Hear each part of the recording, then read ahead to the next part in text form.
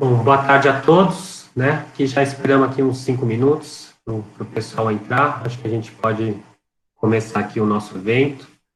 Eu queria aqui agradecer a presença de todo mundo, né? Já estamos aqui com 78 participantes e aumentando. Temos representantes aqui da EPE, da ANP, do Tesouro Nacional, da Marinha, do IBP, de várias empresas do setor. Temos aqui representante da PPSA, da Petrobras, da Shell, da Chevron, pessoal da Enalta, da Repsol, várias outras empresas. Temos representantes de consultoria e auditoria, empresas de certificação, né? Temos aqui a Ernst Young, a Deloitte, a KPMG, o Grupo Bureau Veritas, representantes da academia. Temos aqui a equipe do GESEL, o pessoal da UFRJ, da USP, da FGV, um público formado aqui por engenheiros, economistas, geólogos, advogados, administradores, contadores e professores, né, o que demonstra a importância e a relevância do tema desse webinar, né. Muito obrigado a todos pelo interesse, pela presença e pela participação. Como é do conhecimento de todos, né, estamos vivenciando uma crise global sem precedentes, em termos de saúde e econômicos, onde tivemos, no primeiro momento, uma crise sobre a oferta do petróleo, né, com aquela disputa entre a Arábia Saudita e a Rússia, aumentando a disponibilidade de óleo cru no mercado internacional, o que levou a uma baixa no preço das commodities. E logo em seguida, né, a gente teve uma crise na demanda do petróleo, resultante aí da redução da atividade econômica no Brasil, no mundo e também no Brasil, né, que ela é muito bem retratada aí pelas curvas de cargas do ONS, né. E nesses tempos de pandemia e também de muita insegurança jurídica permeando o ambiente de negócios no país, um dos temas de estudo do GESEL, ele está relacionado à regulação econômica nos contratos de partilha e produção da indústria de petróleo e gás, né, assim como seus impactos na competitividade brasileira para a manutenção e atração dos investimentos nesse setor, né. Nesse sentido, a gente convidou os professores Olavo e o professor Adriano para compartilhar um pouco suas experiências e discutirmos inovações regulatórias para os contratos de partilha e produção e a respectiva apuração do custo em óleo, visando a garantia e o incentivo da competitividade desse setor, né. Na dinâmica do nosso evento, nós teremos duas palestras, né. Primeiro, o Olavo vai comentar sobre aspectos regulatórios dos contratos de partilha e produção, e depois o professor Adriano vai comentar sobre a utilização das informações contábeis na adoção do regime de partilha e produção, né. E em seguida, a gente vai abrir para uma rodada de perguntas e respostas dos participantes, né. Eu peço que vocês enderecem o interesse, né, para o Marcelo Max, ele vai orientar aí essa sessão de perguntas, né. Eu queria convidar o Olavo para compartilhar um pouco da sua experiência, falando sobre os aspectos regulatórios dos contratos de partilha. O Olavo tem uma vasta experiência no setor, ele é profundo conhecedor do regime de partilha. O Olavo trabalhou durante 20 anos como geofísico na Petrobras, ele atuou também como procurador federal da AGU, foi procurador-geral na ANP, e ele é consultor jurídico na PPSA desde a sua fundação. Então, Olavo, se você puder compartilhar sua apresentação, acho que já está compartilhado, vou fechar minha tela aqui. Pelo menos eu já tentei colocar na tela aí, não sei se fui bem sucedido. Eu acho que eu tenho que fechar a minha aqui, só um minutinho.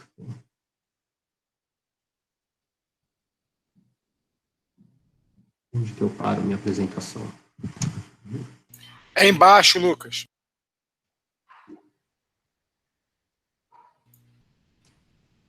Uma barrinha embaixo, assim, interromper em azul, assim. Não está aparecendo aqui para mim. Será que eu tenho que esperar? Você tem que voltar para a tela do Meet. Eu estou aqui Vou na tela sair do aqui Meet. para...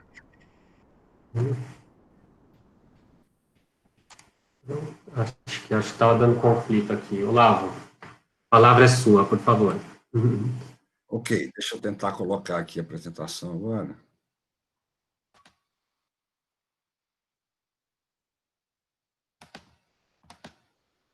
Cara.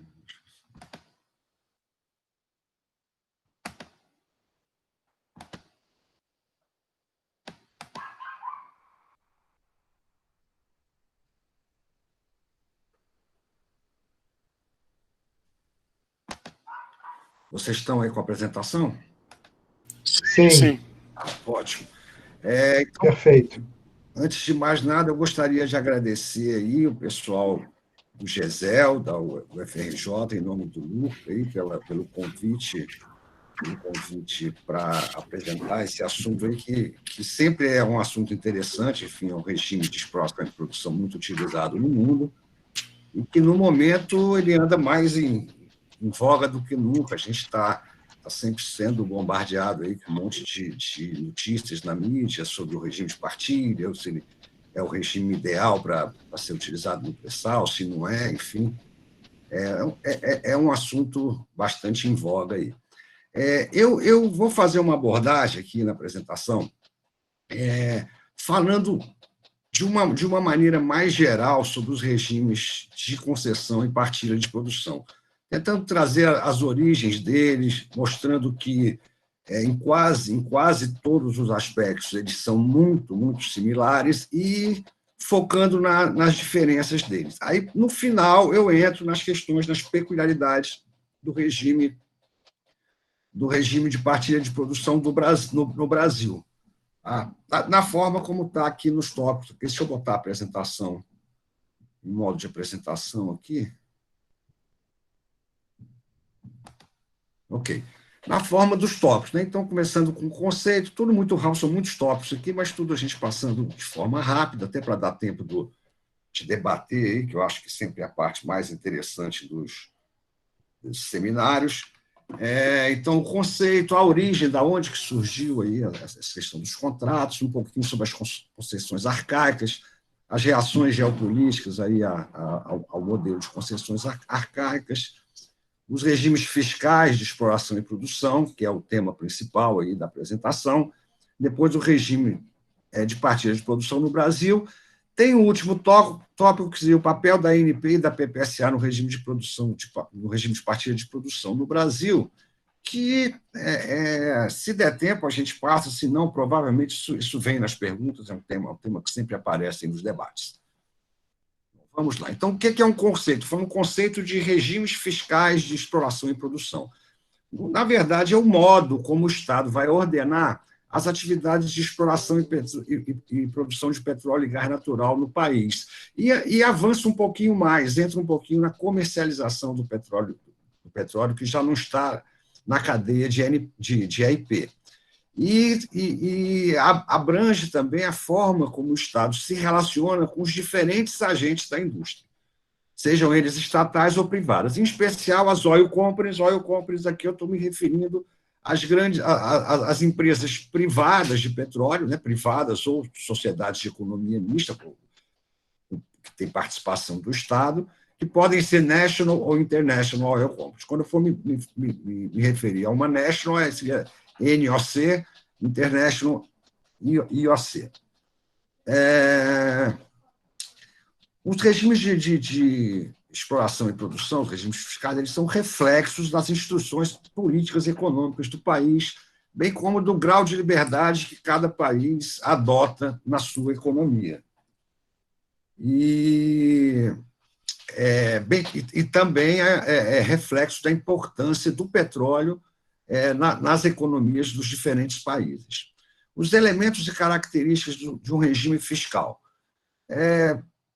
que são comuns a contratos de partilha ou contratos de concessão, independe do tipo de contrato. A propriedade dos hidrocarbonetos, que quase todos os países do mundo, a exceção é os Estados Unidos, é do Estado enquanto recurso mineral, né, e passa para o concessionário após a extração, após a produção dos recursos. As fases contratuais, exploração, produção e o descomissionamento, né, associado à produção, aí, mas, enfim, eu entendo que é uma fase quase autônoma. os agentes governamentais envolvidos, que, na maioria dos países, não são poucos, né? Destaque, Estados Unidos tem uma infinidade de agentes governamentais envolvidos lá, apesar do regime extremamente liberal. A forma como se dá a remuneração do Estado, e aqui é uma grande diferença entre o regime de partilha e o regime de concessão, e os mecanismos de escolha, né, das oil companies a ser contratadas, se vai ser licitação, se é negociação direta, enfim. A propriedade das instalações também é assunto muito atual. Aí a ANP acabou de soltar a Resolução 817, que trata não só de descomissionamento, como também de reversão de bens. Mecanismo de solução de controvérsias, que não é mais controverso, né? Se usa praticamente no mundo inteiro a partilha de produção, ou arbitragem, mecanismos de controle de produção internos ou externos, né? No caso aí, países que participam de organizações do estilo da OPEP, o controle da própria comercialização da produção, transferência de tecnologia, conteúdo local e unitização. Tá? São elementos e características aí dos regimes fiscais. Entre outros, tem alguns mais, os principais, talvez. Bom, origem, né? Como é que começou aí os regimes fiscais? Começou lá atrás. Essa figura mostra o posto descobridor lá do Drake, né, em Titusville, na Pensilvânia, em 1859. Todo mundo que labuta na indústria conhece isso aí, e é tido como um marco da moderna indústria do petróleo, embora não seja, mas, enfim, é tido como um marco. O que poucos conhecem é que a descoberta do Drake, né, além de inaugurar a moderna indústria do petróleo, ela trouxe com ela também o primeiro contrato, a primeira outorga de direitos de produção e exploração. Como foi nos Estados Unidos, que já se caracterizava à época, né, pela unificação da propriedade da superfície com a propriedade dos recursos minerais em subsolo, ele deu origem a um contrato de características especiais, o Lease Agreement, né, assinado entre o lease, que é a empresa, e o lessor, que é o proprietário da terra. A gente não ficar lendo e traduzindo esse texto, isso aqui é uma cópia original desse primeiro contrato, um documento, cópia de um documento histórico, né, de 1859, 60, e a fonte aqui, isso está lá no World Gazette, World Journal of Oil and Gas, fácil de acessar aí pela internet. Mas as características aí desse contrato do Drake.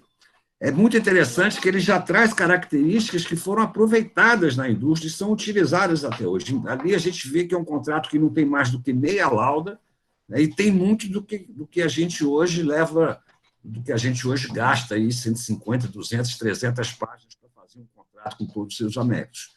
Ele já prevê ali a exclusividade dos direitos de exploração e produção, já divide, de certa forma, o contrato em duas fases, porque ele fala em perfurar, ele fala em minar, ele fala em cavar e fala em produzir. Já estabelece o royalty em 1/8 da produção, uma espécie de royalty, ele chama de rental, mas é um royalty de 1/8 da produção, que 1/8 dá exatamente 12,5%, que é o royalty até hoje utilizado nas áreas onshore como referência nos Estados Unidos. Ele dá uma opção ao LES, né, a companhia de petróleo, ela pode pagar em dinheiro ao proprietário da terra, um valor, normalmente utilizando o valor do petróleo, de petróleo fixo, ou pode pagar em espécie, pode pagar em petróleo, que é uma das características principais que diferencia o regime de partilha do regime de concessão. Eles estipulam um prazo determinado, com possibilidade de renovação, como são os contratos atuais ainda, e ele estipula sanção por inércia da companhia de petróleo, que é uma questão que os estados, na sua maioria, se preocupam muito, fazer a concessão, mas não permitir que os outorgados, né, desses direitos de exploração e produção fiquem inertes. Bom, o que aconteceu ali, né? Porque se a gente for analisar a origem da indústria moderna do petróleo, ela começou nos Estados Unidos já com uma forte demanda. A indústria, como diz lá o livro, o livro famoso lá, esqueci o nome agora. Meu Deus do céu, petróleo. Não é o The Quest, não. The Quest é o outro livro dele. O Petróleo é uma história de ganância e poder. Oi? Oi? Não é o Petróleo uma história de ganância e poder do É Daniel isso, Yergin? é o The Price, do Daniel Yergin, me lembrei agora. Obrigado. Tá? Então, como ele diz lá, o petróleo era uma indústria já pronta, já existia a indústria prontinha para receber o insumo dela. E começou dos Estados Unidos, a moderna indústria, e ela rapidamente se espalhou para a Europa, né, por partes do que hoje é a Rússia, para a região do Cáspio, enfim. E eles levaram o modelo do Drake para essas regiões, o que deu origem a essas concessões antigas. Elas se caracterizam pelo comportamento das International Oil Companies, como elas se comportavam lá nos Estados Unidos, onde o recurso mineral era de propriedade do proprietário da superfície, ou seja, atuavam como se fossem os donos do recurso mineral.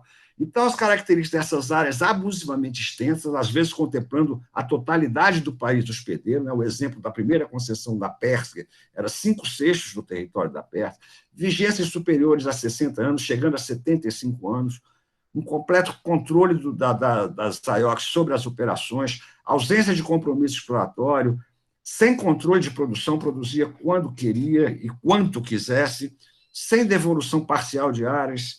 A única contrapartida eram royalties e bônus, e esse exemplo que eu citei daí do William Knox Darcy, concessão de 1901, que ensejou o nascimento da Anglo-Pérsia, que futuramente veio se transformar na British Petroleum.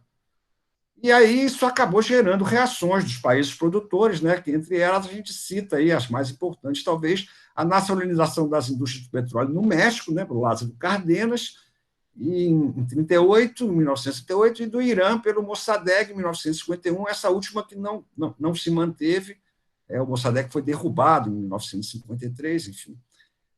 Depois, os acordos 50-50, que passaram a dividir o lucro da produção de forma equitativa entre os hospedeiros e as companhias de petróleo, e logo depois os acordos 75-25, que foram inaugurados aí pela ENAI, junto com a National Iranian Oil Company, em 57. E com isso aí, paulatinamente, os contratos de concessão eles vieram sendo modernizados até acabar no que são hoje aí pelo início da década de 60. Também, como reação, a criação da OPEP, em 1960, né, com esses países, uma reação, um contraponto às Sete Irmãs, mostrando, assim, né, até meados de 80, 70, 80, a indústria do petróleo totalmente cartelizada, tanto do lado das companhias quanto do lado dos principais produtores. E, finalmente, como uma dessas reações, o primeiro Production Sharing Contract, né, da Indonésia, em 1966. E aqui uma classificação dos regimes fiscais, adaptada aí de Johnson, bem adaptada. Ele começa lá, execução direta de monopólio estatal, que hoje praticamente não existe mais. Eu diria que talvez o único país que ainda adote o monopólio estatal seja a Arábia Saudita, através da Aramco. Os regimes podem ser divididos em compensatórios e concessão, compensatórios, partilha de produção, joint venture, que era o adotado até pouco tempo na Venezuela, contratos de serviço com ou sem cláusula de risco, e concessão pura e concessão com parceria estatal. Nos interessa, basicamente, esses dois que eles se contrapõem aí, e são os mais utilizados no mundo. Concessão com parceria estatal, eu vou falar também um pouco sobre o regime da Noruega, porque eu, particularmente, não considero esse regime um regime de concessão. É apenas o nome iuris dele, concessão, porque ele está ali no intermédio, na minha opinião, pendendo mais para a partilha do que para a concessão, apesar de serem mundialmente conhecidos como concessão como parceria estatal. Tem a Noruega e, salvo engano, Emirados Árabes Unidos que adotam esse regime. Mas ele é muito característico da Noruega. Então, o regime de concessão. Né? As concessões modernas, né, que foi a evolução daquelas concessões arcaicas, que são totalmente diferentes, elas continuam assegurando direitos exclusivos de EIP, mas áreas bem mais restritas, prazos de vigência bem menores, compromissos exploratórios mínimos, obrigatórios, devoluções periódicas e parciais de áreas, royalties maiores, bônus diversos, bônus de assinatura, bônus de produção, bônus de descoberta, enfim, participação das National Oil Companies. Neles, as oil companies assumem os riscos do empreendimento, bem como seus custos, e se tornam proprietários originários, sublinhado aí, proprietários originários. Isso quer dizer o quê? Não há transferência de petróleo para essas companhias. Isso é muito importante no regime tributário brasileiro. Essa aquisição de propriedade é originária pela oil company. Ou seja, o petróleo, não é muito correto a gente dizer que o petróleo é da União. Na verdade, o recurso petróleo é da União. Após a produção, esse recurso ele é, nos termos do artigo 176 da Constituição Federal, o produto da lavra dos recursos, né, que seria a mercadoria petróleo, vamos dizer assim, ou, se tratando de outros recursos minerais, cada mercadoria respectiva. Então, essa mercadoria é a aquisição originária dos proprietários, o que não enseja pagamento de ICMS, né, na produção desses recursos. E a contrapartida dos estados hospedeiros no regime de concessão, tipicamente, são tributos e participações governamentais, com destaque para royalties, e, no nosso caso, aí, os bônus de assinatura e participações especiais. Ainda no regime de concessão, o Estado não participa da execução das atividades operacionais. Ele regula e fiscaliza, mas não participa diretamente.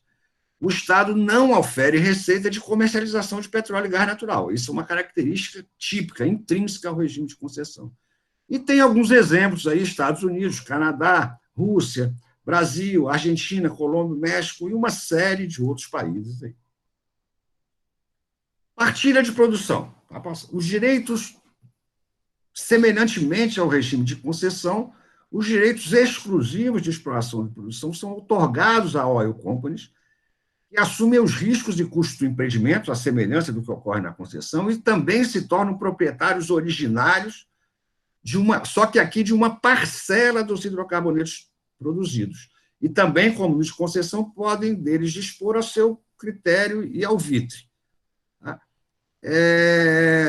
Agora, diferentemente da concessão, e essa, para mim, é a grande diferença, quiçá a única, que as demais decorrem delas, o Estado participa ativamente da exploração e produção de hidrocarbonetos, além de exercer a regulação e fiscalização.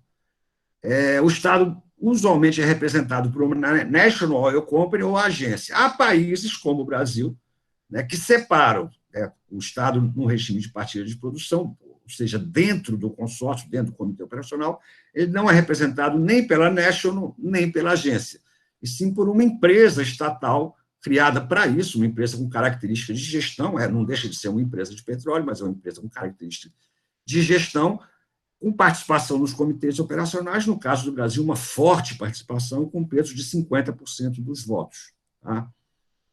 Contrapartida do Estado hospedeiro é também na via de tributações e participações. São poucos os países do mundo hoje, mesmo os que utilizam o regime de partilha de produção, que não cobram royalties, pelo menos royalties aí das oil companies. Tá? E também a aquisição originária de uma parcela de hidrocarbonetos produzidos pelo Estado. Então, ofere receita também da comercialização.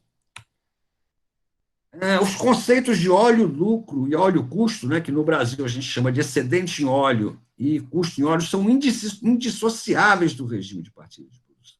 Tá? Como a Oil Company arca com todos os custos do empreendimento, em caso de sucesso exploratório, ela é remunerada com um volume de hidrocarbonetos, que é o denominado custo em óleo.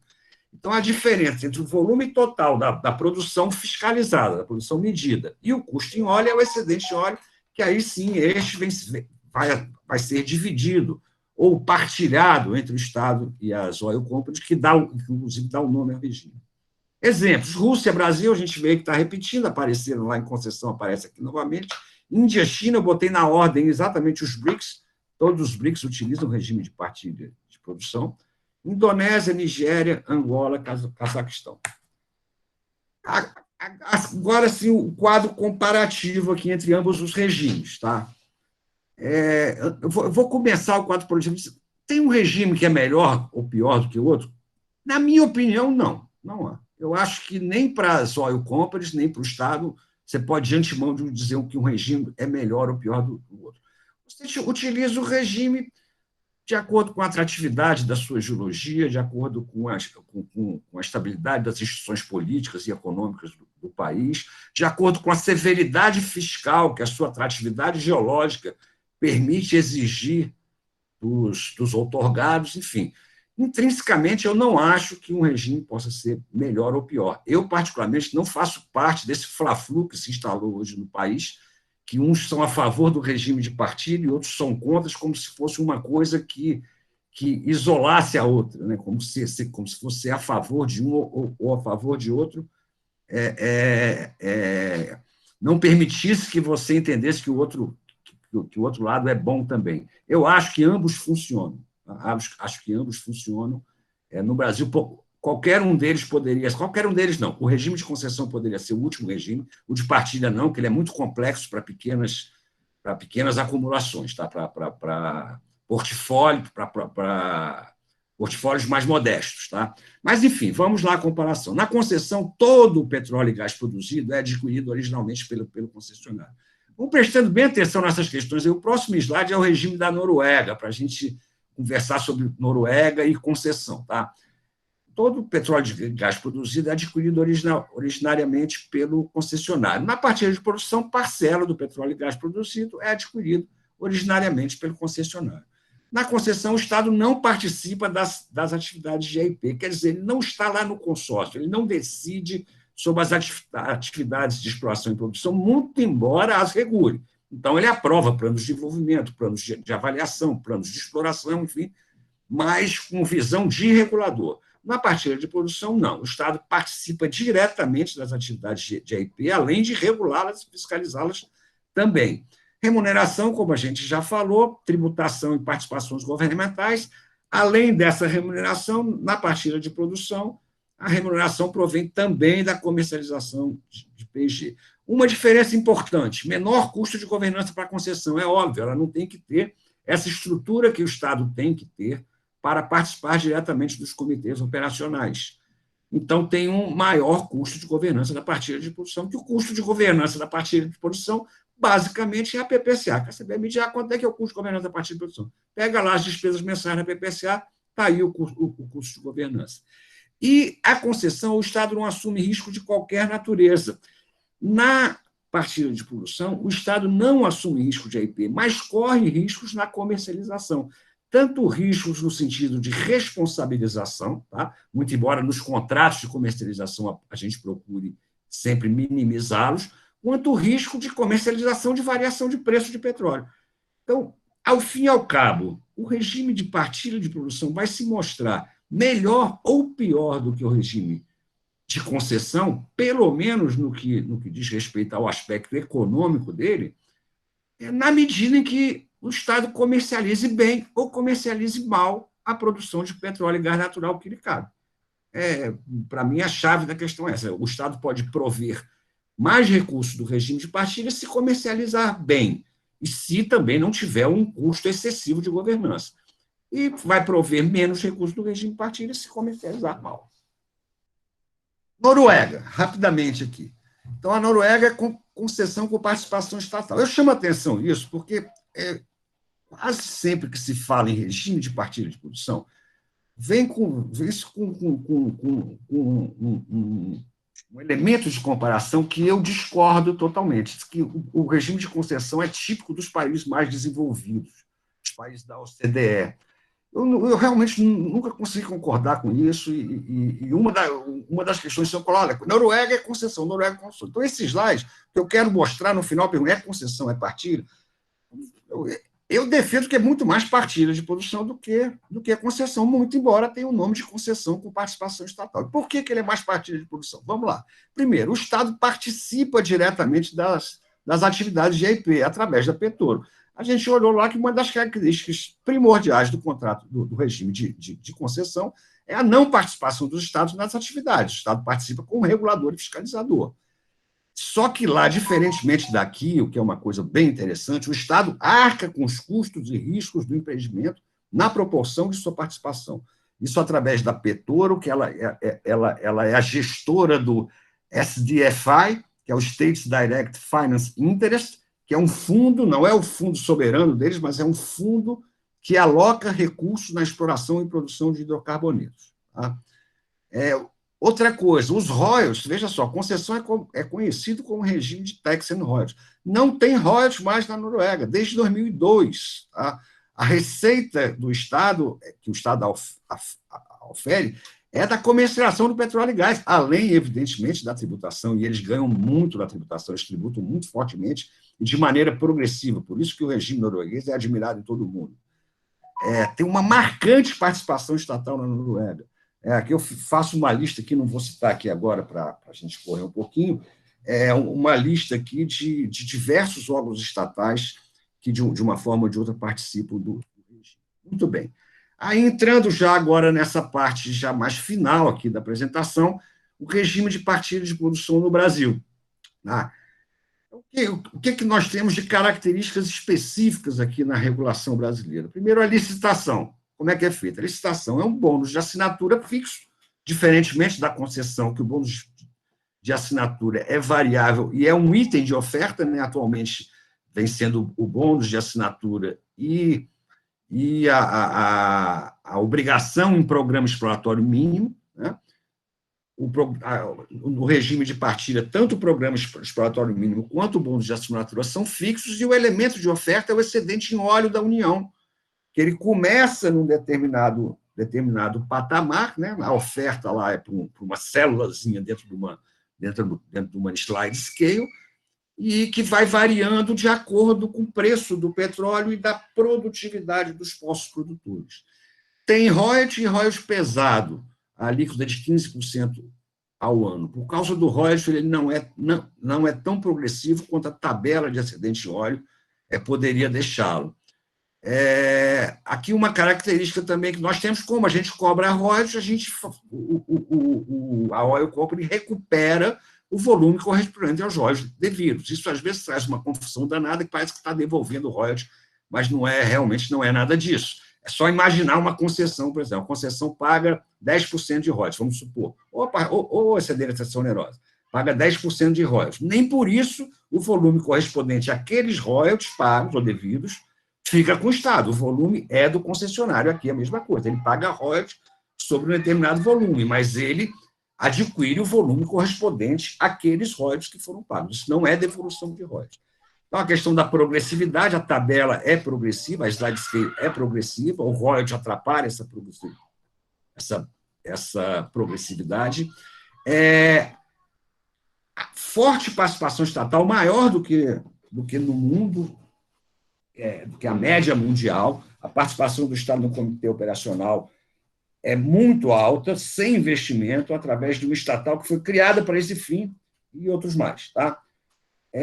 O Estado brasileiro detém a propriedade dos recursos naturais, a gente já conversou sobre isso, e adquire originariamente a propriedade da mercadoria petróleo e gás após a extração. E o nosso regime de partilha de produção ele é caracterizado por uma severidade fiscal, o government takes superior a 75%. E é caracterizado porque ele está restrito a uma área de alta atratividade geológica. Evidentemente, quanto maior a atratividade geológica, maior será a captura que o Estado vai fazer no lucro da atividade. Né? Com percalços ou não, o fato é que temos hoje aí já 17 contratos de partilha de produção em pleno funcionamento no Brasil, inclusive os contratos do excedente da seção onerosa, que são um capítulo à parte. Não dá nem para a gente entrar nisso aqui, porque aí são complexidades em cima de complexidade. O último item aqui, eu vou falar rapidamente aqui, o papel da ANP e da PPSA. Ambas as instituições têm atribuições que lhes são exclusivas e indispensáveis, é muito confundido o papel de uma a outra. Eu falei várias coisas aqui no slide assim, a respeito da ANP, vou deixar por enquanto, o mesmo da PPSA, para me fixar nessa tabelinha aqui, tá? Que eu trago algumas diferenças aqui e, de certa forma, fundamentam a impossibilidade de da ANP ocupar o lugar da PPSA e vice-versa, evidentemente, que a PPSA não é órgão regulador, não tem natureza de órgão regulador. Tá? Então, Vamos lá, a ANP é um órgão regulador e fiscalizador, ela tem uma posição jurídica e hierárquica, digamos assim, acima dos consorciados. A PPCA é membro do consórcio, ela assume o papel de parceira e gestora. A posição jurídica é similar à dos demais consorciados, a não ser em algumas situações, como, por exemplo, quando ela recupera custo em óleo, que ela está numa posição jurídica relativa um pouco acima dos consorciados, mas não tem característica de regulador. Como tal, não tem poder de polícia. A ANP pode multar, a PPCA não pode multar. Tudo que a PPCA resolve, tudo que a PPCA acerta é nas negociações e nas linhas estipuladas no contrato. A ANP ela tem acesso a dados e informações adquiridos e processados. Tá? É obrigação de todos os concessionários, de todos os outorgados, entregar esses dados. E tem acesso. Agora, a PPCA ela tem um acesso mais amplo a dados, eu até coloquei aqui, aos documentos, todos os documentos necessários para o funcionamento e para o exercício do seu poder geral de gestão, têm que ser fornecidos pelos contratados em partilha de produção, evidentemente, dentro obedecidas às cláusulas de confidencialidade. Aprovação de planos. A ANP é a instância final de aprovação, enquanto a PPCA participa da elaboração de planos e os aprova dentro do comitê operacional. Junto com ela, aliás, dizer que ela aprova ela participa da aprovação com os demais membros do consórcio. A ANP ela não tem acesso a plano de desenvolvimento, é muito importante. O foco da ANP em plano de desenvolvimento é fator de recuperação, enquanto o foco da PPCA é VPL, ela tem interesse em aumentar a VPL, ela tem um interesse público secundário, interesse público e econômico, que ela tem o mesmo interesse em aumentar a VPL dos seus parceiros. Tá? A ANP não tem acesso a DOA e outros documentos complementares, e a PPCA tem, ela é parte dos documentos complementares. Eu acho que está bom aqui para não ultrapassar aqui o tempo. O conteúdo local é bem interessante, o papel distinto dos dois, mas deixamos isso para eventual discussão. Na comercialização, as diferenças são mais gritantes ainda, que eu vou resumir só numa frase. A PPCA é empresa pública não dependente, ela executa a atividade econômica, enquanto a autarquia tem o seu regime próprio de administração, de administração indireta, mas administração autárquica. Não pode, é vedado a execução de atividade econômica pela ANP. Referências bibliográficas aqui, que eu coloquei para vocês, tem alguns estudos muito atuais e outros muito bons aí. Ok, agradeço muito aí a atenção de vocês. Olavo, muito obrigado pela sua apresentação. Eu peço que quem tiver perguntas, a endereçar as perguntas ao Marcelo, e eu queria convidar agora o Adriano para compartilhar um pouco da sua experiência, nos falando um pouco sobre a utilização de informações contábeis na adoção do regime de partilha e produção. O professor Adriano ele tem pós-doutorado na Suffolk University, em Boston, doutorado em Controladoria e Contabilidade pela USP, mestrado em Ciências Contábeis pelo UFRJ, é professor associado de contabilidade na UFRJ, atuando nos programas de graduação e pós-graduação, e realiza pesquisas sobre contabilidade em mercados regulados. Ele também é autor dos livros de Contabilidade de Petróleo e Gás, da editora Cengage, e Contabilidade Empresarial, com textos e casos sobre CPC e IFRS. Adriano, por favor. Olá, boa tarde a todos. Ô, Lucas, só dá uma olhadinha aí, tem alguém com uma tela, eu acho que é o Olavo, ele teria, acho que, sair do modo apresentação que está aparecendo. Mas continuando aqui, boa tarde a todos. Vocês estão me ouvindo bem, Lucas? Perfeito. Ok. Acho que saiu minha tela, né? Saiu sim. Desculpa aí, legal. Não, sem problema, Olavo, só para não expor seu WhatsApp que eu estava vendo. Mas voltando aqui, também agradecer aí a organização do evento, pelo espaço que foi dado. Eu acho que agora a gente consegue complementar bem a apresentação do Olavo, foi muito boa, muito esclarecedora sobre o setor e especificamente sobre os contratos de partilha. Devo esclarecer, antes de iniciar aqui minha apresentação, que minha abordagem ela acaba sendo um pouco diferente, porque ela está voltada mais para pesquisa no seguinte sentido, de mostrar um pouco do que eu venho pesquisando sobre esse tema aos olhos da minha área, que é a área mais contábil, financeira, e também, no final, discutir um pouco a respeito de ideias de pesquisas que a gente tem e está trabalhando junto com o próprio Grupo GESEL, de avançar nesse tipo de pesquisa, né, que seria pesquisa voltada ao setor de petróleo, com enfoque regulatório e, especificamente, na minha área, num aspecto contábil. Eu vou tentar agora colocar minha apresentação aqui para vocês. Deixa eu só abrir aqui o arquivo.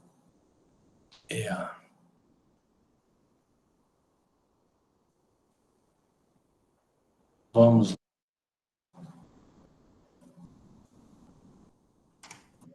Já está aparecendo aqui, Adriano. Só Aparecendo. ela cheia. Eu vou tentar colocar aqui no modo de apresentação. Vocês conseguem visualizar aí no modo de apresentação? Sim, está perfeito.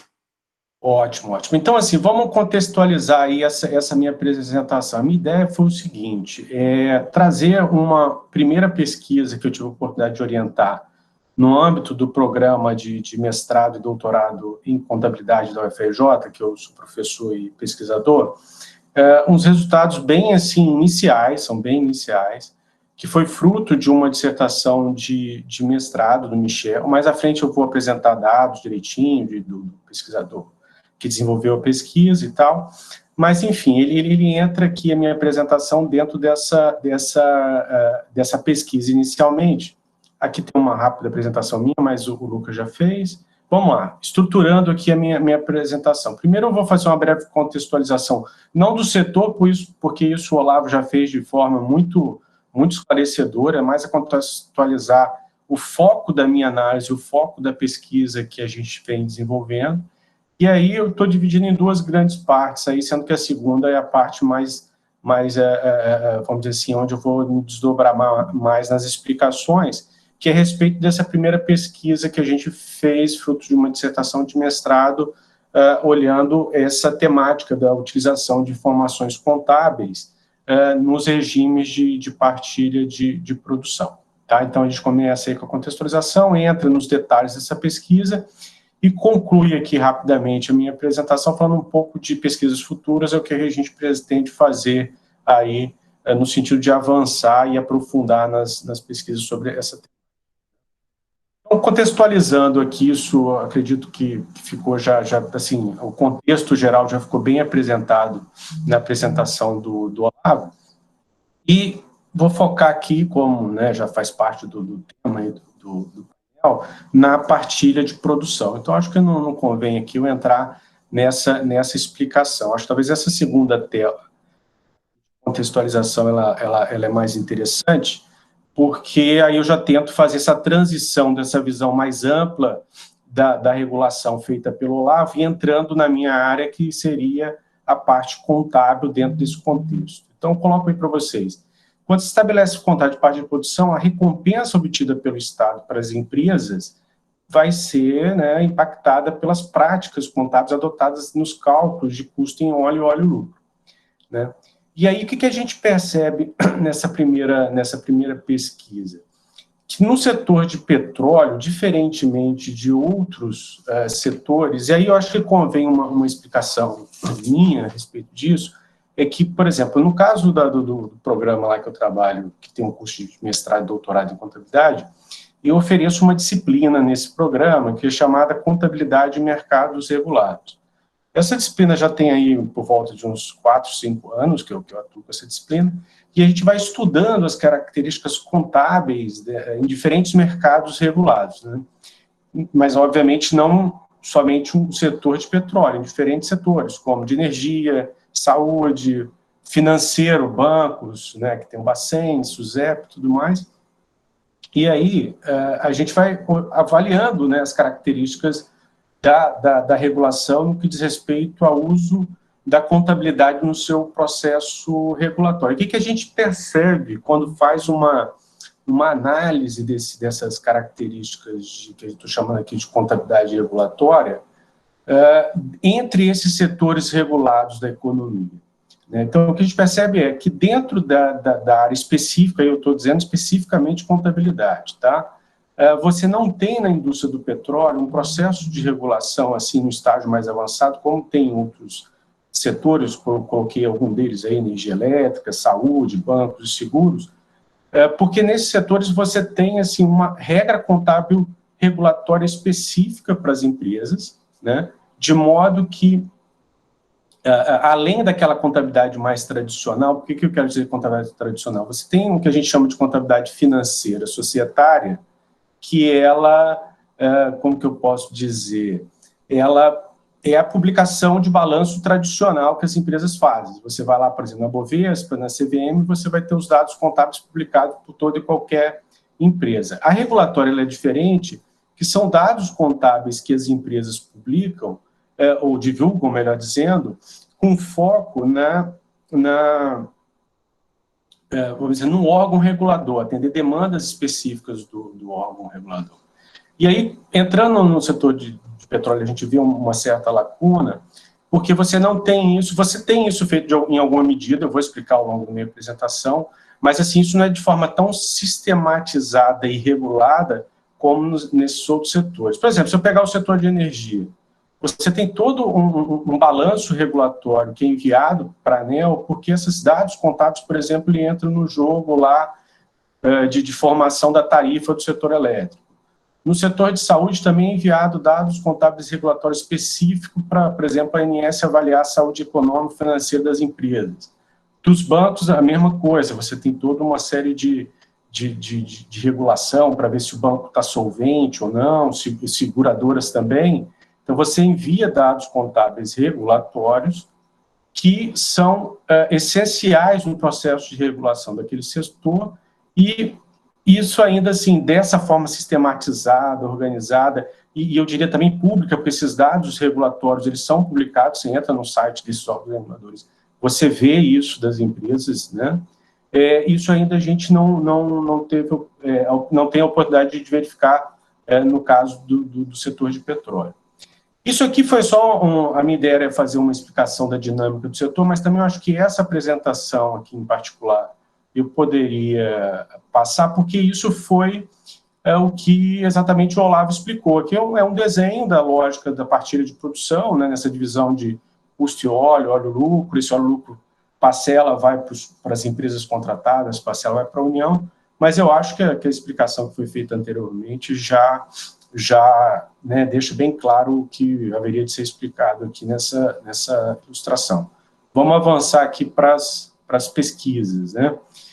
Então, assim, essa é uma área nova, né? Assim, você não tem ainda, vamos dizer, um avanço efetivo vamos dizer assim, de informações contábeis referentes à questão da partilha de produção no Brasil, porque é algo relativamente recente, então a gente não tem muita coisa. Mas o que aconteceu? Por volta de 2007, um aluno de mestrado, o Michel Tosta, eu acho que ele está até participando aqui do webinar, ele me procurou com interesse de fazer uma pesquisa sobre essa temática, porque ele trabalhava exatamente numa área da Petrobras que envolvia essa questão de partilha de produção. Eu também com interesse de estudar o assunto que era novo, né, aqui no Brasil, a gente resolveu fazer uma pesquisa, né, e aí ficou, né, como a dissertação de mestrado dele, que eu diria que ela foi desenvolvida mais no ano de 2018 e efetivamente apresentada em 2019.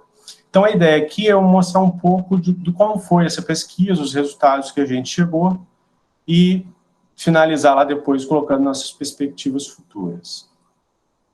Então, vamos lá. Qual foi o objetivo dessa primeira pesquisa? A gente queria o quê?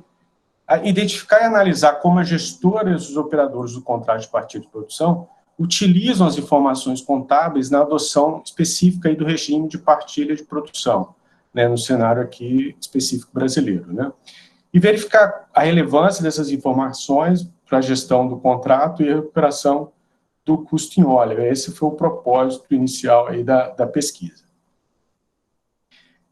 Metodologicamente, como que a gente desenvolveu? Isso é importante eu esclarecer, assim, porque assim, as pesquisas elas podem ter, vamos dizer assim, um instrumental metodológico mais sofisticado, já está no nível de maturidade maior, enfim, já tem hipótese e tudo mais. Não foi o caso. Isso ainda como é uma área nova, com poucos dados, com pouca, vamos dizer assim, pesquisa aqui no Brasil, a gente caracteriza ela como uma pesquisa exploratória, né, e com uma abordagem qualitativa. Esse exploratório com abordagem qualitativa, a gente utiliza muito quando a gente tem um cenário desse, de, por exemplo, uma área pouco pesquisada, que a gente não tem ainda uma metodologia específica de análise, e a gente vai tatear ali para descobrir o que está acontecendo naquele setor, ou naquele problema de pesquisa, para, no máximo, lá no final da pesquisa, a gente ter hipóteses mais claras a serem pesquisadas em outras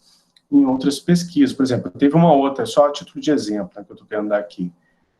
Eu orientei um aluno numa tese de doutorado sobre bancos, né, com dados contábeis de banco. Então, assim, é muito consolidado, já tem pesquisa usando dados contábeis de banco há muitos e muitos anos, tem metodologia muito clara, hipótese. Então, você consegue usar, vamos dizer assim, ferramentas de pesquisas mais sofisticadas. Aqui não, nessa pesquisa, a ideia é tatear no tema, começar a interagir, conhecer e construir até uma lógica e metodologias no futuro aí mais avançadas para desenvolver a pesquisa, né?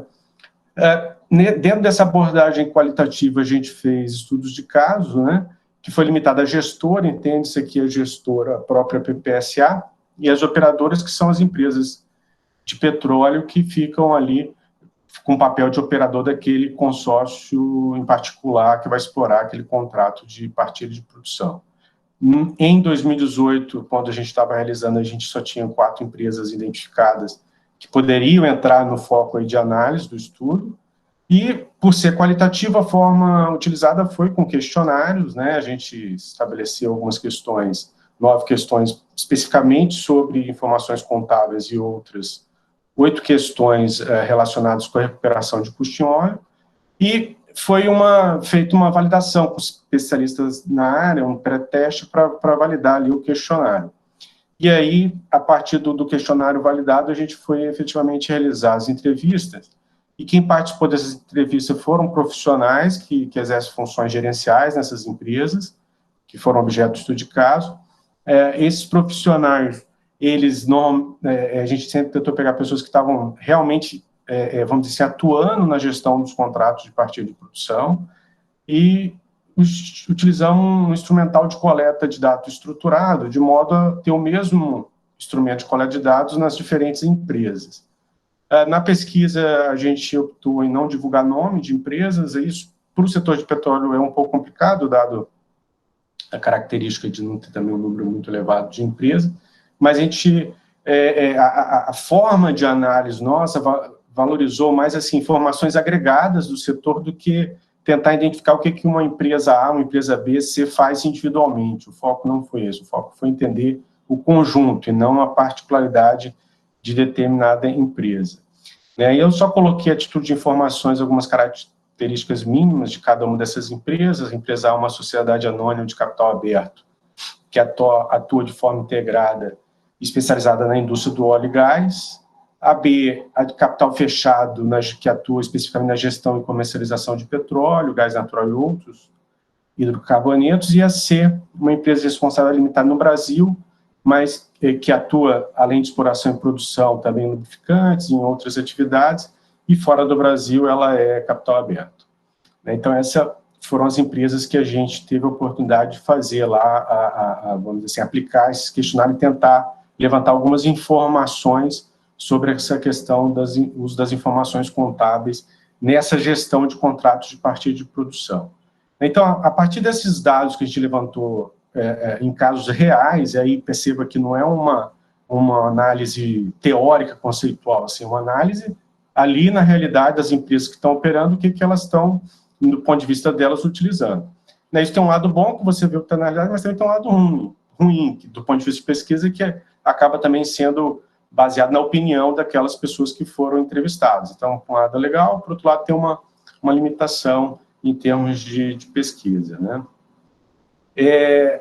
Aí, dentro dos resultados, vai ter alguns pontos que eu vou pincelando. O primeiro aí que a gente apresenta, é que conclui-se que as demandas de informações para a gestão de contagem de partilha de produção vão além da contabilidade societária para fins de elaboração das demonstrações financeiras.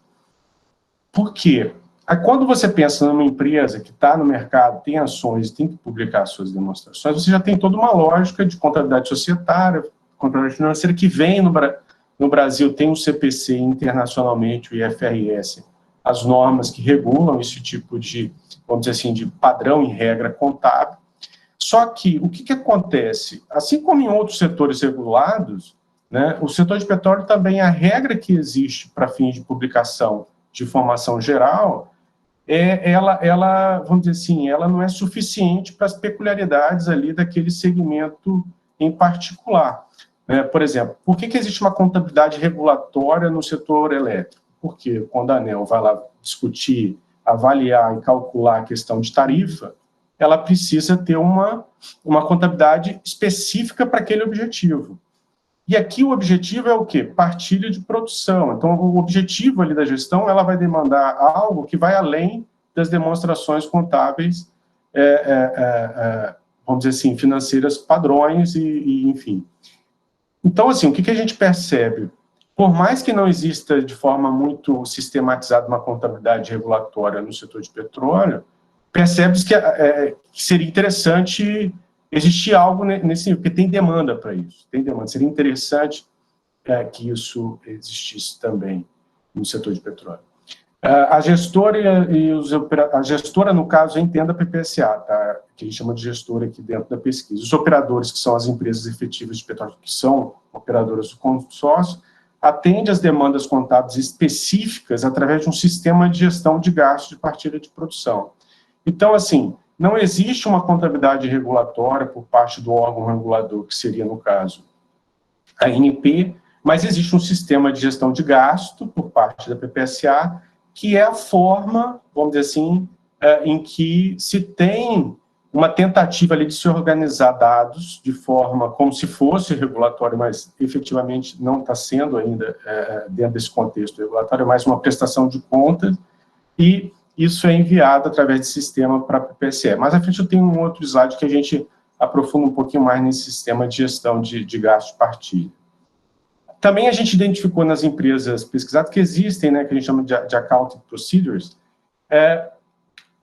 uma forma de montar uma informação contábil específica para os consorciados, ou seja, no âmbito do consórcio, se define-se alguns critérios contábeis, né, em que você vai ter informação contábil sendo prestada entre os consorciados, né, também chamado de billing statement, que trata de o quê? De uma troca de informação, mas ela é privada, eu quero dizer assim, ela é fechada para os consorciados, não é uma informação aberta, né? E, ao olhar pela ótica do órgão regulador, e por isso que eu estou chamando nesse segundo item de contabilidade regulatória, a agência reguladora, ela traz alguma coisa no sentido de buscar informações no que diz respeito à contabilidade regulatória dessas empresas por ela regulada, mas focado em algumas demandas que ela possui, que, né, foi até comentado também por alto na apresentação do Olavo, como é o caso do conteúdo local. Então, você tem que ter um relatório de conteúdo local. Você tem um relatório de gastos trimestrais, mas pelo que a gente pôde observar na pesquisa, são relatórios trimestrais que esses dados, eles são, como que eu posso dizer, eles são mais apresentados de forma por totalidade ou consolidado, ele não vai no nível de detalhe como se vê lá na informação prestada para a PPSA.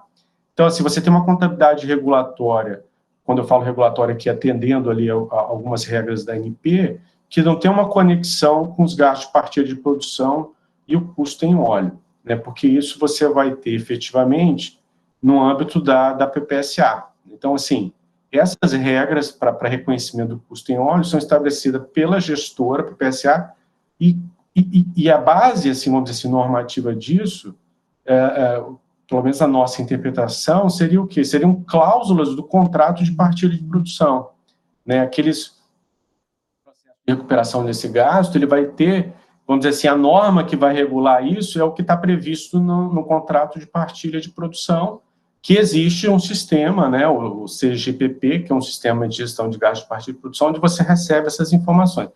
Só que, assim, fazendo por analogia a outros setores econômicos regulados, o que a gente sentiu falta e apresentou isso como um resultado, né? Você não tem uma contabilidade regulatória sistematizada.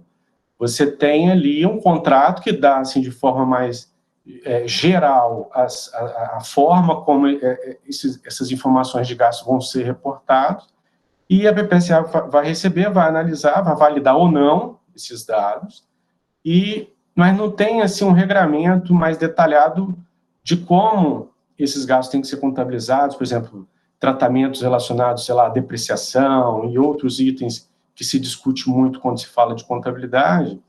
E a gente, pelo menos, não conseguiu, nessa primeira fase, ou pelo menos nessa primeira pesquisa, que, conforme eu disse, ela é inicial, incipiente, ver esse tipo de detalhamento como se vê em outros setores regulados. Então, assim, aí um outro ponto que a gente percebeu, a gente não encontrou evidências, né, em relação à influência do órgão regulador, ANP ou gestora, nas escolhas contábeis da empresa de petróleo, porque na nossa análise a gente percebeu que a empresa de petróleo, quando se fala de contabilidade, ela se sente, assim, influenciada pelo IFRS, pelo CPC, pela informação que vai para o mercado. Essa informação, ANP, PPSA, ela acaba, assim, sendo como se fosse uma prestação de contas ali, de dados que não vão ser reportados para o mercado, e acaba não tendo essa influência assim, nas suas políticas contábeis, vamos dizer assim, né? Mas a gente percebe que existe uma falta de uma regulação contábil específica nesse setor, e isso pode gerar escolhas contábeis discricionárias por parte dos agentes. E essa frase final, que eu deixo claro que foi uma interpretação nossa, e talvez, eu diria mais do que o do meu orientado, foi uma interpretação mais do meu ponto de vista ao comparar com outros setores, porque, assim, na medida que você não tem uma regulação específica contábil, você tem uma discricionariedade nas escolhas ali de interpretar o que é efetivamente um gasto, que pode ser, vamos dizer assim, diferente entre os agentes. Por exemplo, a empresa acha que ele gasto é recuperável, o órgão regulador, a gestora, no caso da PPS, acha que não e tal. Aí, como você não tem vamos dizer assim, um detalhamento, uma regulação contábil específica, acaba tendo espaço aí para muita discussão em relação a como contabilizar determinados gastos, né? A gente também percebeu uma assimetria informacional em relação às informações divulgadas ao mercado e as divulgadas somente no âmbito do consórcio, ou seja, a gente percebeu que nesse segmento você tem a informação que vai para o mercado, ela segue, obviamente, uma linha, uma lógica igual dos outros setores, mas você tem muita informação que, a princípio, seria relevante, interessante, seja para um investidor, que eu coloco embaixo, né, para o público em geral, ou talvez até mesmo para o órgão regulador, que ela fica como se fosse uma informação não pública. Ela fica no âmbito ali dos consorciados e, no caso aí desses gastos que a gente estava mencionando, também da PPSA. Mas, por exemplo, quem está de fora não consegue analisar, né? Por exemplo, só dando um exemplo do que eu estou querendo dizer. Na minha tese de doutorado, uma tese que eu já fiz tem mais de 10 anos, defendi em 2008, eu estudei o mercado regulado de seguros, da SUSEP. Então, assim, para cada seguradora, na época tinha em torno de 150 seguradoras, a minha amostra ficou com entre 60 e 80 empresas que eu analisei. Você vai lá no site da SUSEP, você vê o dado, vamos dizer assim, regulatório, que não é aquele balanço publicado para o mercado, é um dado ali de uma prestação de contas para a própria SUSEP, fica divulgado ali no site da SUSEP. Teve um P&D que eu participei, que era o setor elétrico, um projeto de pesquisa no setor elétrico. Também, assim, você tem o dado, você vai na CVM, na Bovespa, você pega o dado da contabilidade societária. Mas você quer ver o dado da contabilidade regulatória, você vai no site da ANEEL, tem lá o dado, né, assim, daquelas informações serve de base, por exemplo, para o cálculo da tarifa. No Banco Central, idem, você tem um dado do que vai para o Banco Central e tem também o balanço, se a empresa publica, em FRS. E isso aqui a gente sentiu assim, um pouco de falta de publicidade desses dados contábeis assim, dentro desses consórcios, né? Aí, a partir desse estudo, né, que foi, conforme eu disse, de exploratório, para poder começar a entender as características e peculiaridades dos contratos de partilha de produção, surge aí uma série de interesses de pesquisas e fazer de forma muito mais, eu diria, robusta, muito mais aprofundada, com técnicas e com análises mais robustas e aprofundadas, vamos chamar assim. Então, eu vou fechar aqui, até pelo avançar do tempo, para a gente ter um tempo aí de discussão. Só me restam aqui 3 slides, onde eu vou comentar rapidamente os interesses de pesquisas que surgiram a partir dessa pesquisa inicial exploratória que eu comentei com vocês. Então, assim, em linhas gerais, o que seria um objetivo principal dessa nossa linha de pesquisa seria o quê? Fazer uma análise, uma pesquisa sobre as melhores práticas contábeis para serem aplicadas no contrato de partilha de produção, buscar oferecer uma contribuição técnica relevante para aperfeiçoar a metodologia que estabelece a base de gastos recuperáveis para a apuração do custo em óleo, e para conseguir isso aqui que a gente está colocando de forma geral, requer uma série de etapas, e uma série de talvez, assim, etapas de pesquisas, né? Para se conseguir aquilo que está no slide anterior, precisaria, primeiro, mapear efetivamente essas práticas contábeis que são adotadas no contrato de partilha de produção. Conforme eu disse, assim, na nossa análise, é o contrato que prevê isso. E o que pode ocorrer eu não fiz essa análise aprofundada, mas, assim, pela análise que eu fiz até o momento, me parece que de um contrato para outro, de partilha de produção, pode haver mudanças de cláusula. O que é válido em um, não é válido em outro, né? Porque cada contrato ele vai rezar para aquele contrato. Então, você pode ter contrato que, de um para outro, pode ter uma diferença ali no texto. Fazer também um levantamento dessas práticas contábeis adotadas em outros países. Isso o Olavo mostrou na apresentação dele. Ele falou que, no caso do BRIC, né, China, Rússia e tal, Índia, utilizam, né, a partilha de produção, tentar levantar como que se definem as práticas contábeis em países que já vêm adotando esse contrato de partilha de produção, com o intuito de montar um panorama internacional sobre o tema. E avaliar como as práticas contábeis adotadas podem afetar a apuração do lucro, porque aí é um negócio interessante. Porque, assim, é óbvio que para quem está diretamente ligado à área contábil, o que eu vou falar agora não é novidade, mas, assim, para quem é fora da área contábil, vocês têm uma visão que, como contabilidade fosse uma matemática, uma regra matemática objetiva e que não tem, assim, né, vamos dizer assim, ela é bem direta, e não é. A contabilidade acontece, tanto que a nossa área de pesquisa, a gente chama de numa área de ciência social aplicada. O que significa isso? Não é uma ciência exata. Ela muda um valor em função de uma interpretação, né? Com isso, você pode ter, em função de não ter uma regra muito clara em alguns aspectos, você ter interpretações diferenciadas. Então, você pode ter o que a gente chama de discricionariedade contábil, em que vai afetar esses números, né, em função de uma interpretação de um conceito. Então, isso também é algo interessante para a gente estar pesquisando. Comparar resultados, né, nos levantamentos feitos no Brasil e em outros países, né, que possuem contratos de partilha de produção, e, principalmente, né, tentar, dentro desse contexto, desses estudos mais aprofundados, propor inovações regulatórias nas práticas contábeis adotadas na indústria do petróleo no Brasil. E isso, para a gente, é um desafio de pesquisa muito interessante, só que, pelo que eu vi, assim, requer uma estrutura, uma forma, vamos dizer assim, bem organizada e estruturada para avançar nessas pesquisas e ter algo interessante no final. E foi até por isso que eu me aproximei do grupo de estudo aí do setor elétrico, o GESEL, que já faz isso há muitos anos, com muitos P&Ds na área do setor elétrico, que a gente está tentando também ir para o setor de petróleo. Teve um projeto em particular que eu participei, que foi na ANEEL, em que a ideia era essa, assim, eles perceberam que, por exemplo, eles tinham uma deficiência lá para avaliar a solvência das empresas, se vê-se a possibilidade de uma empresa do setor elétrico quebrar, eles não estavam olhando isso.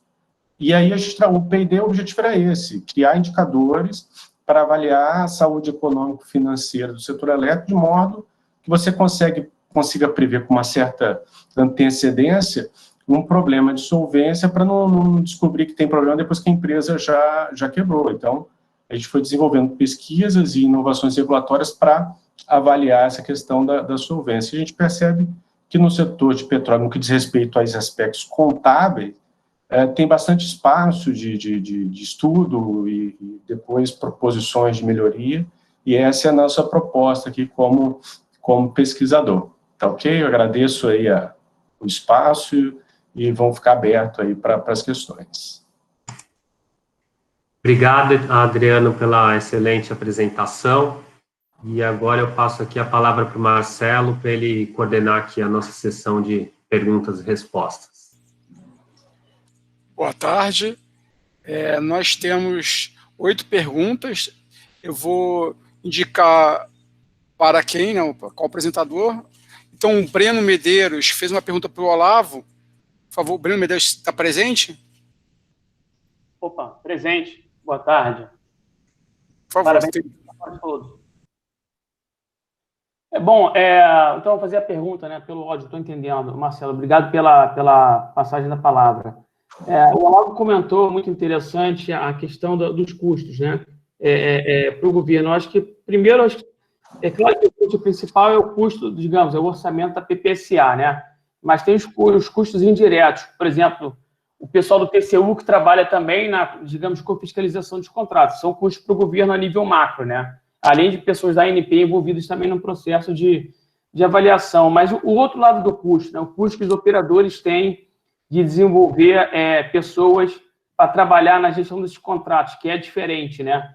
Até a gente publicou um artigo na OTC Brasil, ano passado, sobre os desafios de contratos de partilha de produção no Brasil e comparamos com a Indonésia, né? E fizemos uma simulação econômica, né? Os impactos que isso tem no projeto. Enfim, o governo, de modo geral, a PPCA avalia, já que a preocupação é com o VPL, os custos de gestão desses contratos pelo lado dos operadores, somado com os bônus de assinaturas, que são na casa de bilhões, de modo geral, isso não pode impactar a atratividade das nossas áreas ofertadas nos bids? Ô, Breno, obrigado pela pergunta. Eu conheço o seu trabalho na OTC, não te conheço pessoalmente, pelo menos não me recordo aqui, mas eu conheço o seu trabalho, ele é bem interessante. Mas, veja só, do lado da PPSA, a PPSA ela não faz estudos desse tipo, tá? Porque não está dentro das atribuições dela. Ela é, basicamente, uma executora de políticas públicas, né? E, como eu falei em passant aí na apresentação, ela visa, muito especificamente, o interesse público secundário, né? A finalidade dela, estatutária, inclusive, é maximizar os resultados econômicos da União nos contratos de partilha e na comercialização do petróleo e do gás, tá? Então, a PPSA não, mas o governo, certamente, ele faz toda essa avaliação. Tá? Existe todo um estudo bastante complexo de análise econômica, enfim, de balanceamento entre atratividade e valores pedidos nas ofertas de procedimentos licitatórios, visando o ideal, que é muito difícil você chegar no ideal, né? Se um leilão é muito bem sucedido, sempre vem aquela pergunta: olha, será que os parâmetros estavam bem equilibrados e não se poderia ter pedido um pouco mais em termos de bônus de assinatura, em termos de excedente em óleo para a União? Quando um leilão não é tão bem sucedido assim, fica mais claro, olha, de repente, esses parâmetros estão muito apertados, nós temos que dar uma melhor estudada para uma outra rodada, tá? Mas, enfim, essas questões, elas são, sim, analisadas e entram como parâmetros da análise econômica para a estipulação do bônus de assinatura e do excedente em óleo da União, mas não é um trabalho que é feito pela PPSA, é um trabalho que é feito diretamente pelo governo, ministérios, né, com apoio direto aí da ANP e da EPM. Bacana, obrigado. Valeu, Breno. Temos uma pergunta para o professor Adriano, da Vanessa Oliveira. Vanessa?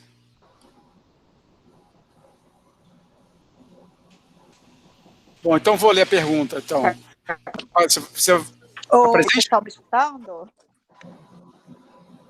Alô? Por favor. Oi, sim, professor Adriano. No caso, como o senhor falou, né, dessa questão aí da não existência, vamos dizer, né, normalizada dessas informações, minha dúvida é se seria interessante, como no modelo que a gente tem, né, um manual de contabilidade do setor elétrico, e que uniformizasse toda essa questão dessas informações regulatórias. Ok, Vanessa, obrigado pela pergunta.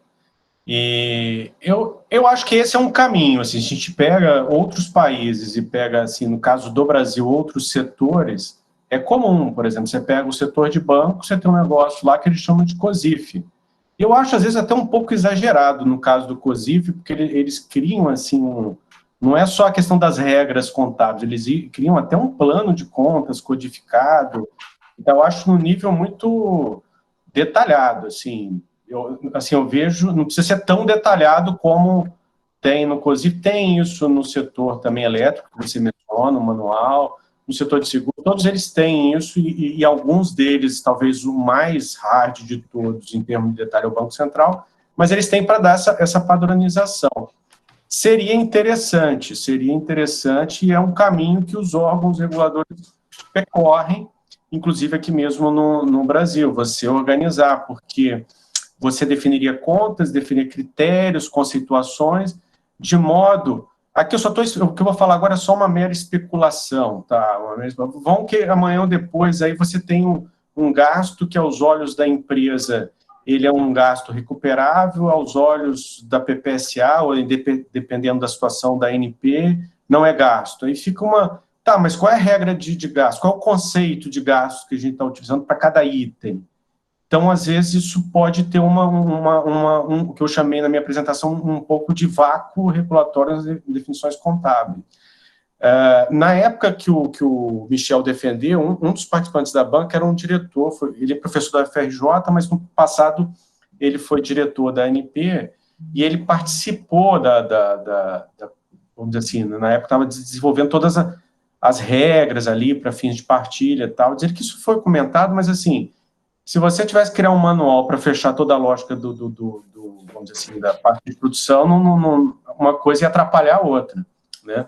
E a ideia é fazer, o contrato vai rezar as regras gerais. O problema agora é o dia a dia, o específico. Por exemplo, você que está numa empresa de petróleo, né, porque você, Vanessa, se eu não estiver equivocado, é a Vanessa da Chevron, correto? Só para ver se eu não estou falando besteira. Não, eu era da Neva, né? Eu trabalhei durante muito tempo em empresas de óleo e gás, mas minhas últimas experiências foram mais no setor elétrico. Ah, tá, ok, desculpa, porque tem o seu mesmo nome, eu não vi o sobrenome, uma pessoa chamada Vanessa que trabalha na Chevron, desculpa. Sim. Mas, enfim, quem está no setor de petróleo, vamos dizer assim, se tivesse essas orientações, como você tem essa experiência no setor elétrico, certamente para a área contábil facilitaria, né? E também facilitaria para possíveis discussões futuras, né? Possíveis discussões futuras. Eu acho que daí que entra a importância da nossa pesquisa sobre esse tema.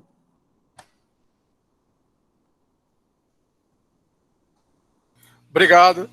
Agora vamos passar uma pergunta para o Olavo, da Carolina II. Ela está presente?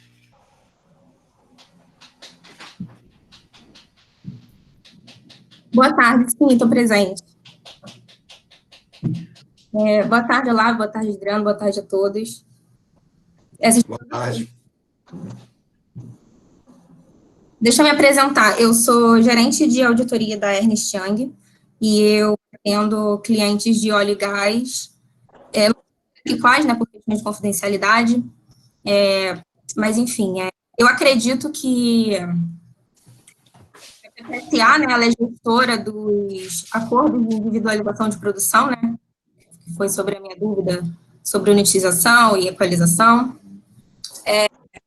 E o que a gente tem visto uma certa incerteza, né? Como o professor Adriano falou, né, às vezes a contabilidade ela não é muito bem... A gente não consegue entender, mas todas as operações elas vão se refletir na contabilidade. Então, a como contador e como auditor, a gente precisa entender muito bem as operações para julgar qual que será a melhor forma de apresentar, né, aquela informação.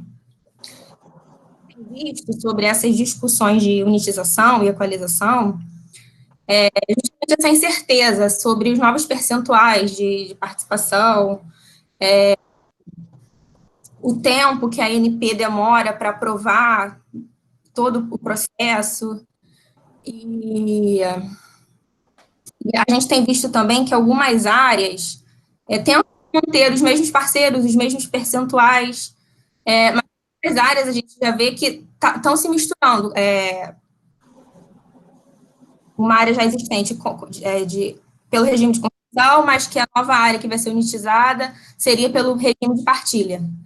Esse seria mais um agravante, né, para dificultar esse nosso entendimento.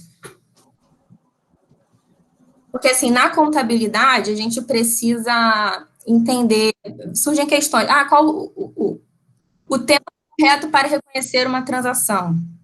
Sim. Como tratar, qual o melhor momento para reconhecer uma receita, para reconhecer uma despesa? Surgem essas questões, e que, assim, na literatura a gente não tem muito sobre, ou pelo menos eu desconheço. Ok, Carolina, obrigado aí pela pergunta. Eu vou tentar responder ela de uma forma razoavelmente simples aí, rápida, tá? Mas já me coloco à disposição caso você queira discutir, aprofundar esse assunto aí. Acho que o meu e-mail está disponibilizado aí na apresentação. Já te coloco à disposição, porque realmente é um assunto complexo, unitização na área do pré-sal. Primeiro, porque ele envolve áreas não contratadas, ou seja, aquelas áreas que não estão outorgadas, cujos direitos de exploração e produção eles pertencem ainda à União, tá? Que é a administradora maior, isso está na Lei 9478. Uma área não outorgada, os direitos são originariamente da União, representada pela ANP. Tá? E envolve uma área contratada, normalmente sob regime de concessão. Eu estou me limitando aqui às áreas dentro do pré-sal. Tá? Isso ocorre também fora do polígono do pré-sal, mas é muito mais raro. E as razões disso são de cunho geológico. Tá? Mas eu não vou entrar nisso aqui, porque foge um pouquinho o assunto. Então, o que acontece? Eu tenho uma área não contratada, tá? E há uma unitização com uma área contratada adjacente, normalmente sob regime de concessão. Enquanto não existe um acordo de individuação da produção, né, que é o acordo entre as partes que vai estabelecer, ao fim e ao cabo, um novo regime de exploração e produção para a jazida compartilhada, porque eu não posso fazer prevalecer nem um regime nem o outro, ainda que seja o mesmo regime, eu não posso fazer prevalecer nem um contrato nem um outro, como o Adriano observou na apresentação dele. Os contratos eles variam e variam muito, às vezes de rodada para rodada. Então, se eu pegar o contrato da rodada 0, por exemplo, de concessão, o contrato de partida de produção da sexta rodada de partida de produção, são totalmente diferentes dos contratos, né? Mesmo que eu pegue rodada 0 com o contrato da 15ª rodada de concessão, ambos são concessão, mas os contratos são totalmente diferentes. Então, na partida de produção, eu não posso prevalecer um contrato, aí eu tenho que construir um novo regime, um regime que não fuja, evidentemente, dos preceitos legais que a gente tem, mas que seja um regime que vá atuar ali naquela área. Isso tem, inclusive, previsão legal lá no parágrafo 2º do artigo 36 da 12351. Tá? Enquanto eu não tenho, então, esse acordo de divulgação da produção, o que acontece? A própria norma, no caso aqui, a Resolução 25 de 2013, ela determina que aquela área que tem o contrato, ela vai adquirir, ela tem direito a se apropriar de todo o petróleo produzido, tá? Mas é um direito que ela tem até o momento do acordo da assinatura não, vamos um pouquinho além, da aprovação do acordo de divulgação da produção pela ANP.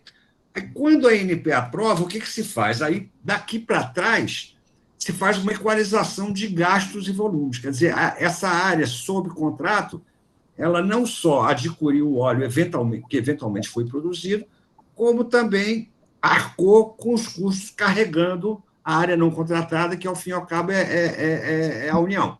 Né? Então, a equalização de gastos e volumes vai tratar disso. No final, ela tem um saldo, pode ser credor ou devedor à União, que vai ser pago pela parte devedora à parte credora. Tá? Isso aí é o básico do que já é complexo. Aí, quando contrata esta área não contratada, o papel da PPSA, que ela representava a União na área não contratada, ela muda e passa a ser a gestora do contrato de partilha. Então, ela não tem mais propriamente uma participação naquele contrato. Aí ela assume o papel de interveniente anuente no novo contrato de individualização da produção. Cada operação dessa, tá? Eu acredito, obviamente eu não tenho nenhum conhecimento aprofundado de contabilidade, mas o Mauro, que é nosso controller, ele deve estar aí na palestra, ele pode confirmar o que eu estou dizendo. Cada etapazinha dessa, ela consegue ser muito bem individualizada contabilmente. Tá? O processo ele é complexo, mas ele funciona, ele está testado já hoje.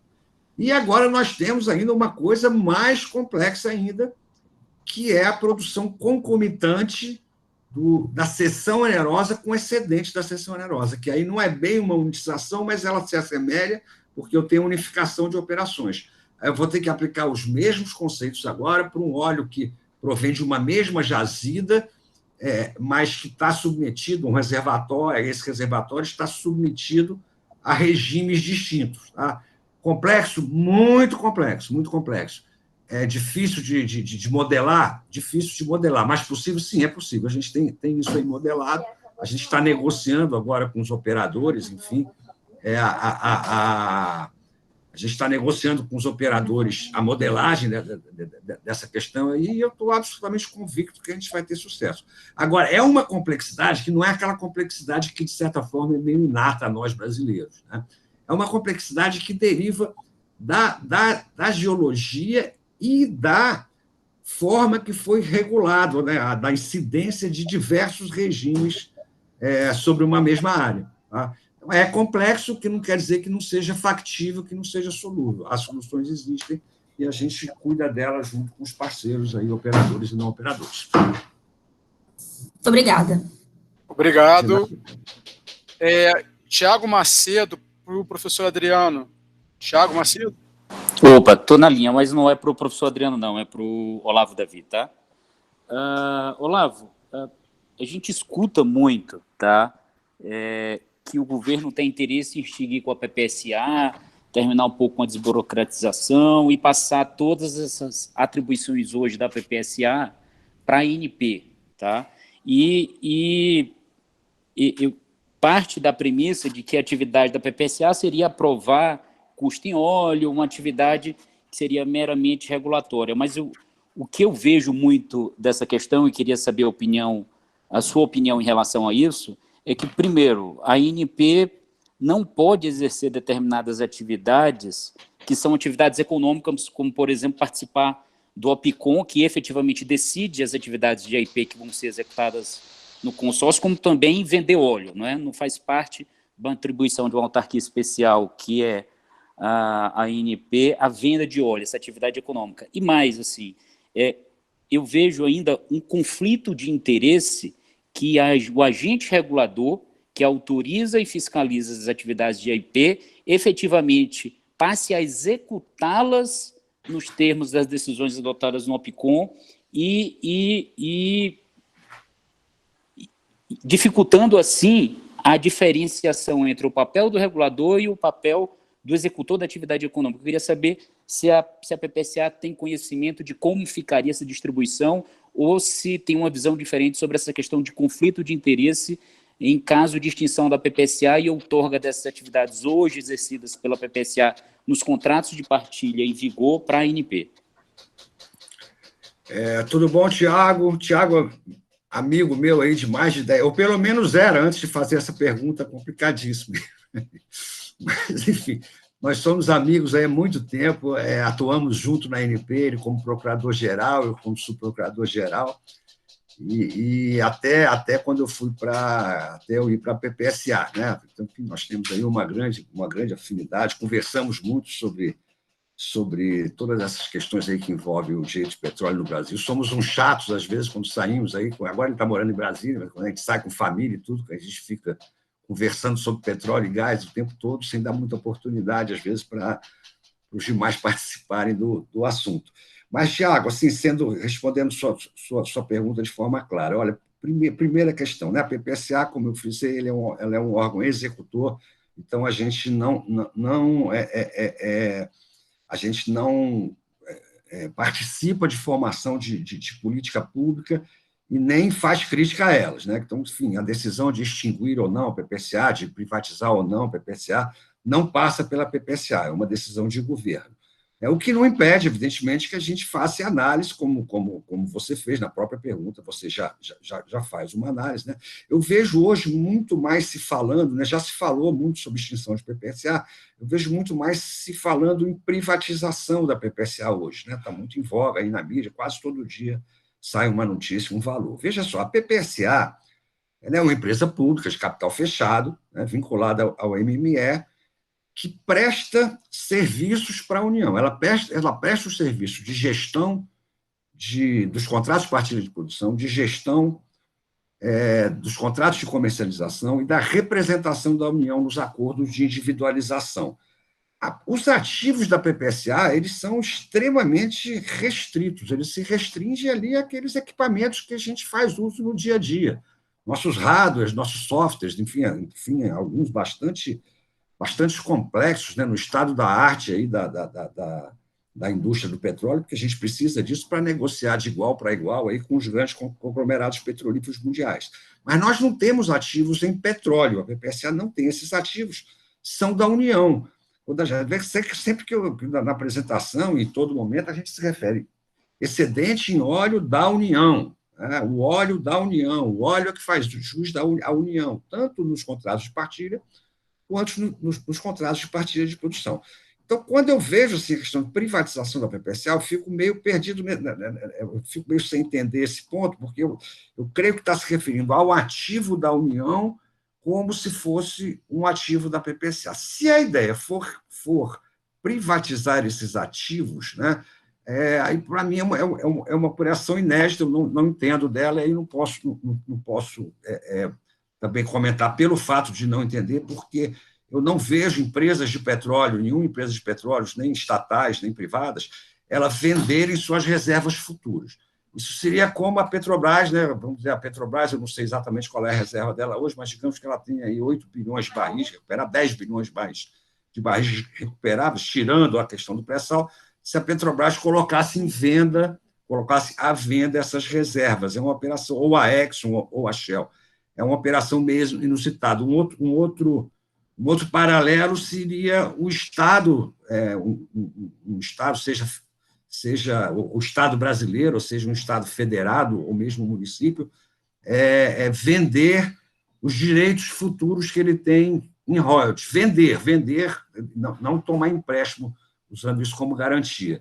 É uma coisa realmente inusitada que eu não tenho, assim, enfim, não tenho elementos para poder comentar aí sobre a viabilidade. O que eu posso também adiantar é que isso exigiria, certamente, uma série de alterações legais em série mesmo. Em diversas leis, teria que teria que acabar, na verdade, com o Fundo Social, teria que alterar bastante a 12304, teria que alterar a 12351, não é um empreendimento simples, tá, do ponto de vista legislativo, uma coisa bastante complexa. Obrigado. Professor Adriano, a Andréia, ela saiu da sala, mas eu vou ler a pergunta dela. Ela está perguntando se teriam criar regras de contabilidade regulatória para facilitar as fiscalizações da ANP e da PPSA. Que regras seriam essas? A questão em torno de você ter regras contábeis específicas e regulatórias, ela não é única e exclusivamente para fiscalização. É óbvio que ela pode ser utilizada num processo de fiscalização, mas a ideia principal não é essa. A ideia principal é você ter uma informação mais, eu diria assim, mais confiável, que consiga transparecer melhor para o órgão regulador. Isso eu estou falando até não exclusivamente da ANP, mas de qualquer órgão regulador. O órgão regulador sempre tem interesse em saber como está a situação econômico-financeira da empresa regulada, porque se essa empresa regulada ela vier de algum problema, isso vai cair no colo do órgão regulador, isso em qualquer setor, não é algo exclusivo do setor de petróleo. Então, assim, ele serve no primeiro momento até para você acompanhar a saúde econômico-financeira da empresa que está sendo, vamos dizer assim, regulada, e pode, obviamente, servir também como instrumento de fiscalização, dependendo das regras do jogo, entendeu? Por exemplo, você tem um lá, igual, pegando o exemplo do conteúdo local, você tem uma regra de conteúdo local, a ANP criou uma regra para poder acompanhar e fiscalizar aquela informação relativa ao conteúdo local. Então, assim, você tendo uma padronização e uma contabilidade regulatória específica, eu não discordo que ela pode ser utilizada em processo de fiscalização. Mas o que eu estou querendo dizer ela não serve só para isso, ela serve para outras coisas, né? Que vem desde de avaliar a capacidade econômica e financeira ali da empresa regulada, avaliar, por exemplo, no caso dos consórcios, porque no setor de petróleo tem uma coisa interessante que às vezes não tem com tanta frequência em outros segmentos, que você tem a empresa em si, né, a empresa regulada em si, né, você tem a Shell, você tem a Chevron, você tem a Petrobras, você tem as empresas, mas você tem os consórcios, e também, né, que a gente chama de Joint Venture Accounting, né, que seria a contabilidade das Joint Venture. Então, você ter uma padronização de acompanhar a contabilidade desses consórcios também é interessante, em várias perspectivas, né? E, obviamente, assim, aí eu não represento a ANP, não represento nenhum órgão, eu não posso falar por eles. Eu sou um pesquisador da área que vou utilizando desses setores regulados para ver como que essas agências utilizam e como a coisa funciona.